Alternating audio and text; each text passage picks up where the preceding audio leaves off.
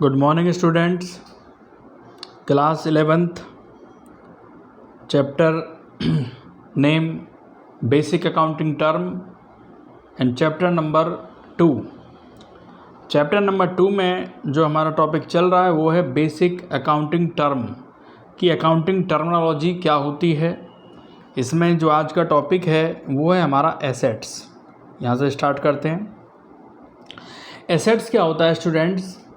Anything which is in the position और is the property of a business enterprise including the amount due to it from other is called an assets. कोई भी चीज़ जिस पर हमारा properly legal right है, जिसका हमें future में बेनिफिट मिलेगा, वो हमारे लिए एसेट्स है। जो हमारे लिए फ्यूचर में कैश में कन्वर्ट हो जाए या जिसे बेचने से हमें पैसे मिल जाएं, वो हमारे लिए एसेट्स है। जैसे कि कैश है, हमारे पास कैश एंड बैंक बैलेंस है, वो हमारे पास एसेट्स है। हमारे पास स्टॉक है या फर्नीचर है या मशीनरी है या लैंड है या बिल्डिंग है, ये सभी हमारे लिए एसेट्स हैं। या हमें किसी से पैसा लेना है तो ये भी हमारा एक एसेट्स है। एसेट्स में कितने टाइप की एसेट्स होती है? एसेट्स में भी classified into the following categories. सबसे पहले आते हैं नॉन करंट एसेट्स, जिनको फिक्स्ड एसेट्स भी बोलते हैं। और फिक्स्ड एसेट्स वो होते हैं जो ऐसी एसेट्स जिनकी लाइफ 1 साल से ज़्यादा होती है। जिनकी लाइफ 1 साल से ज़्यादा होती है उन्हें कहते हैं फिक्स्ड एसेट्स या नॉन करंट एसेट्स। जैसे कि हम कह सकते हैं कि लॉन्ग टर्म इन्वेस्टमेंट, ऐसा इन्वेस्टमेंट जो 1 साल से ज़्यादा टाइम के लिए किया गया है, वो नॉन करंट एसेट्स है।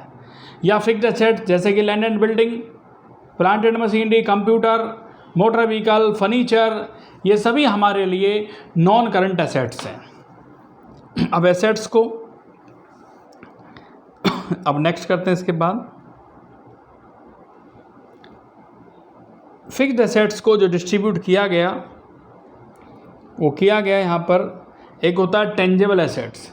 टेंजेबल एसेट्स उन्हें कहते हैं जिस एसेट्स को आप देख सकते हैं, which can be seen and touch, जिसे आप टच कर सकते हैं, देख सकते हैं, जिसका फिजिकल एग्जिस्टेंस है। जैसे कि लैंड एंड बिल्डिंग आप देख भी सकते हैं, टच भी कर सकते हैं। प्लांट एंड मशीनरी है, कंप्यूटर है, मोटरसाइकिल है, फर्नीचर है। इसके बाद है intangible assets. Intangible assets student उन्हें कहते हैं जिस एसेट्स को आप देख नहीं सकते, जिनका कोई फिजिकल एग्जिस्टेंस नहीं होता, जिन्हें महसूस नहीं कर सकते, देख नहीं सकते, उन्हें बोलते हैं fixed assets. Intangible assets like जैसे गुडविल। गुडविल किसे कहते हैं? पॉपुलैरिटी। गुडविल क्या होता है? Goodwill is a good name और reputation earn by the firm through hard work. Goodwill हम उसे कहते हैं एक अच्छे नाम को जो बड़ी मेहनत से कमाई जाता है। पेटेंट, कॉपीराइट, ट्रेडमार्क या कंप्यूटर के जो सॉफ्टवेयर होते हैं, हम सॉफ्टवेयर डलवाते हैं, एंटीवायरस डाल दीजिए तो एंटीवायरस दिखाई थोड़ा ना देता है, लेकिन वो एक एसेट्स है, तो उसे कहते हैं इंटेंजिबल एसेट्स। इंटेंजिबल एसेट्स भी वैल्यूएबल एसेट्स हैं। इसका नेक्स्ट आता है करंट एसेट्स। करंट एसेट्स किसे कहते हैं स्टूडेंट्स? करंट एसेट्स उन एसेट्स को कहते हैं जिन्हें विद इन 1 ईयर कैश में कन्वर्ट हो जाते हैं। ऐसी एसेट्स जो 1 साल के अंदर कैश में कन्वर्ट हो जाती हैं वो करंट एसेट्स होती हैं। या वो शॉर्ट टर्म एसेट्स कह सकते हैं, लाइक द डेटर्स हो गए या कैश हो गया, कैश तो कन्वर्ट ही है, बैंक में पैसे हो गए, स्टॉक हो गया, बिल्स रिसीवेबल हो गए। जो एसेट्स 1 साल के अंदर अंदर कैश में कन्वर्ट हो जाते हैं वो हमारे करंट एसेट्स हैं। According to Institution of Certified Public Accountants USA, current assets में इंक्लूड होते हैं कैश एंड अदर एसेट्स या resources commonly identify as which are reasonably expected to be realise in cash और सोल्ड, जिसे हम बेच देते हैं, consume during the normal operating cycle of the business. यहाँ तक ये। इसके बाद नेक्स्ट है फिक्टिशियस और नॉर्मल एसेट्स। नॉमिनल एसेट्स ये ऐसी एसेट्स होती हैं which can not be realise in cash, जिन्हें हम कैश में रियलाइज नहीं कर सकते, और no further benefit can be derived from these assets, और इनका कोई फ्यूचर में हमें बेनिफिट भी नहीं मिलेगा। इनमें इंक्लूड होते हैं जैसे कि डेबिट साइड में जो हमें प्रॉफिट एंड लॉस अकाउंट दिया होता है, नॉट येट रिटर्न ऑफ, जिसे रिटर्न ऑफ नहीं किया गया, ख़त्म नहीं किया गया है। जैसे कि एडवर्टीजमेंट एक्सपेंडिचर हमारा फिक्टिशियस या नॉमिनल एसेट्स है।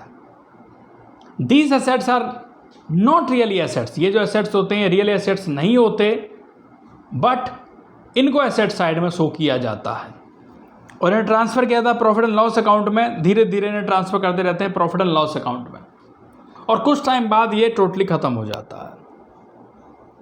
नेक्स्ट आता है capital receipt and revenue receipt. Capital receipt क्या होता है? किसी एसेट्स को बेचने के बाद जो हमें पैसा मिलता है वो कैपिटल रिसिप्ट है।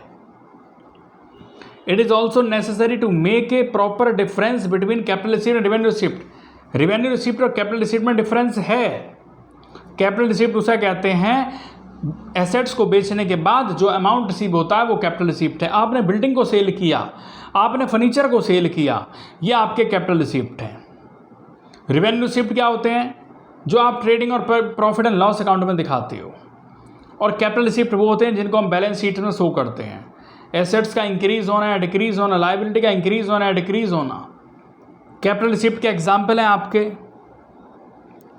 पहला, अमाउंट रिसीव हुआ, आपने किसी फिक्स्ड एसेट्स को बेच दिया, इन्वेस्टमेंट को बेच दिया, उसे बोलते हैं कैपिटल रिसिप्ट। या कैपिटल कंट्रीब्यूट किया गया प्रोप्राइटर के द्वारा, पार्टनर्स के द्वारा, या शेयर्स इशू कर दिए, डिवेंचर्स इशू कर दिए। Amount receive way of loan, यह अमाउंट हमें रिसीव हुआ लोन से। रेवेन्यू रिसिप्ट जो रूटीन की होने वाली इनकम है, जैसे money obtain from sale of goods, हमने किसी गुड्स को बेचा, उससे हमें पैसे मिले, वो रेवेन्यू रिसिप्ट है। कमीशन रिसीव हुआ, फीस रिसीव हुई, इंटरेस्ट या डिविडेंड रिसीव हुआ, ये हमारे रेवेन्यू रिसिप्ट्स हैं। नेक्स्ट है एक्सपेंडिचर। एनी डिसबर्समेंट, कोई भी पेमेंट जो कैश में किया जाता है, या ट्रांसफ़र ऑफ प्रॉपर्टी, या हम कोई प्रॉपर्टी खरीद रहे हैं, या कोई लायबिलिटी है हमारे लिए जो पेमेंट करना है, किसी एसेट्स को एक्वायर करना, खरीदना, और उस पर जो पैसा खर्च किया जाता है उसे एक्सपेंडिचर कहते हैं। उसे क्या कहते हैं? एक्सपेंडिचर कहते हैं। एक्सपेंडिचर स्टूडेंट्स 3 तरह का होता है। एक capital expenditure, revenue expenditure, and third one is deferred revenue expenditure. Capital expenditure क्या होता है? एनी एक्सपेंडिचर, कोई भी ऐसा एक्सपेंडिचर जो किया जाता है एक्वायर करना, किसी एसेट्स को एक्वायर करना, या अपनी फिक्स्ड एसेट्स को बढ़ाना, इंक्रीज़ करना, उसे हम कैपिटल एक्सपेंडिचर बोलते हैं। जिससे हमारी एसेट्स बढ़ती है, हमने किसी एसेट्स को खरीदा तो उसमें क्या किया जाएगा? कैपिटल एक्सपेंडिचर किया जाएगा, पैसे खर्च किए जाएंगे। Amount spend on purchase of erection of building, या किसी बिल्डिंग को खरीदना, प्लांट को खरीदना, फर्नीचर को खरीदना, ये सभी हमारे कैपिटल एक्सपेंडिचर हैं। इस तरह के जो एक्सपेंडिचर होते हैं, इनका हमें बेनिफिट लॉन्ग टाइम तक मिलता रहता है। नेक्स्ट आते हैं रेवेन्यू एक्सपेंडिचर।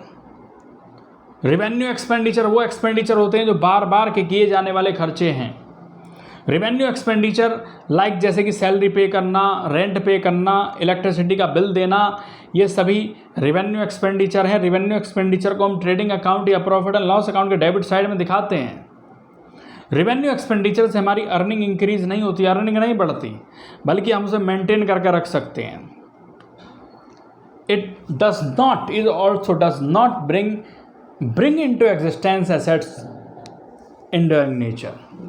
डिफरेंस क्या है इसके बाद? नेक्स्ट है आपका difference between capital expenditure and revenue expenditure. पहला डिफरेंस है कैपिटल एक्सपेंडिचर एक्वायर, अगर हम कोई फिक्स्ड एसेट्स खरीद रहे हैं तो उसे कैपिटल एक्सपेंडिचर कहते हैं। जबकि revenue expenditure day to day routine में जो खर्चा किया जाता है बिजनेस में, बिजनेस को चलाने के लिए जो खर्चा किया जाता है, रेवेन्यू एक्सपेंडिचर होता है।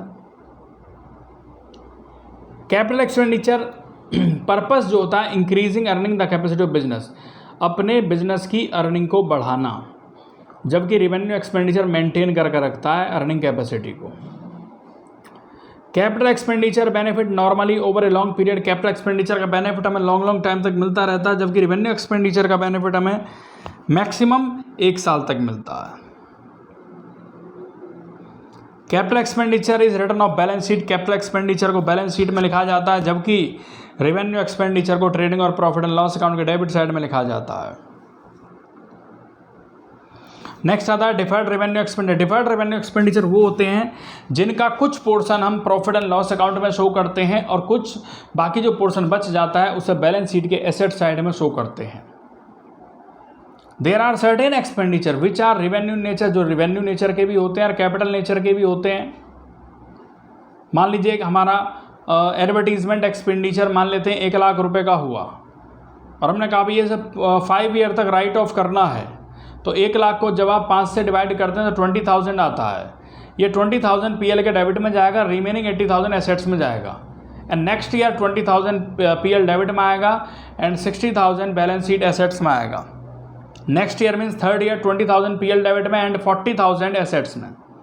Next year fourth year means 20,000 PL debit में एंड 20,000 एसेट्स में। एंड नेक्स्ट ईयर 20,000 वो पीएल डेबिट में आ जाएगा और इस तरीके से हमारा एक्सपेंस खत्म हो जाएगा। तो इसी को स्टूडेंट्स डिफर्ड रेवेन्यू एक्सपेंडिचर कहते हैं।